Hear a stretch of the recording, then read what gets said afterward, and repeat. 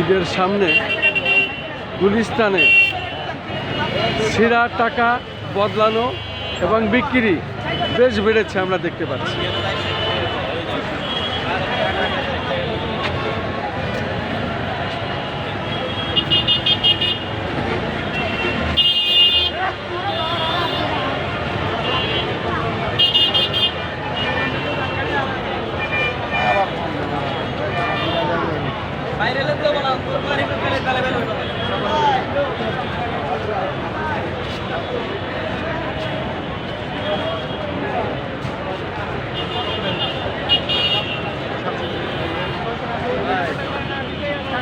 মূলত ঈদের সামনে মানুষের কেনাকাটা জরুরি থাকে এবং ছিঁড়া টাকা বদলানো বা চেঞ্জ করা বেচা বিক্রি এখানে হয়।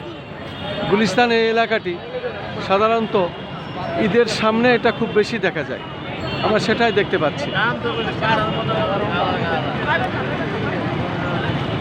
বেশ ভিড়, প্রচণ্ড ভিড়, যেহেতু ঈদের সামনে মানুষের টাকা চেঞ্জ করা লাগে এবং তাদের প্রয়োজনীয় জিনিসপত্র কিনা লাগে, আর ঈদের খরচা তো আছেই। আমরা দেখতে পাচ্ছি এইভাবেই নারী পুরুষ সকলেই আসেন এই টাকা বদলানোর জন্য এবং নতুন টাকা চেঞ্জ করেন, ছিঁড়া টাকা বদলিয়ে নেন। ছিঁড়া টাকা তারা তাদের একটা রেট আছে, বাংলাদেশ ব্যাংক একটা হিসাব আছে, সেই হিসাবেই তারা এই টাকাগুলো চেঞ্জ করে। আমরা এখানে ডলারও চেঞ্জ হয় না, ডলারও চেঞ্জ হয়। তাই ঈদের সময় একটু ভিড় বেশি, তাই তো এই জন্য টাকা মানুষ চেঞ্জ করতেছে।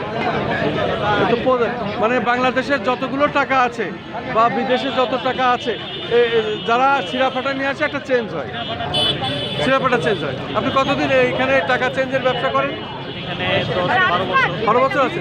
ইনশাল্লাহ একভাবে চলে, ঠিক কোনো সমস্যা নেই তো? এটা হচ্ছে কি বাংলাদেশ ব্যাংকের একটা রেট আছে, সেই রেটে আপনারা চলেন, তাই তো? আচ্ছা আচ্ছা।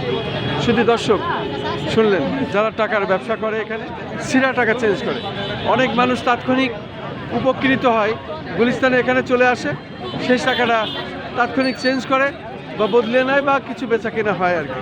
যাই হোক, এটা মানুষের জন্য আমি দেখতে পাচ্ছি আজ ঈদের সামনে প্রচণ্ড ভিড় এই গুলিস্তান এলাকার, যেখানে টাকা চেঞ্জ হয়। আমি সেটাই দেখানোর চেষ্টা করছি, মানুষের ভিড়।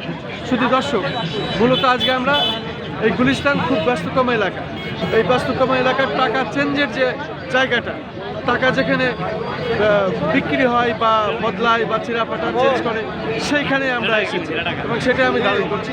আমি খন্দকার মাসুদুজ্জামান, আমাদের চ্যানেলগুলির পক্ষ থেকে আমি ধারাবাহিক এটা প্রচার করছি।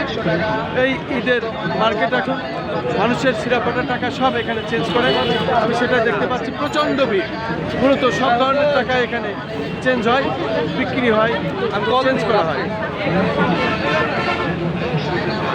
পাচ্ছেন আমাদের কাছে মাত্র 100 টাকা।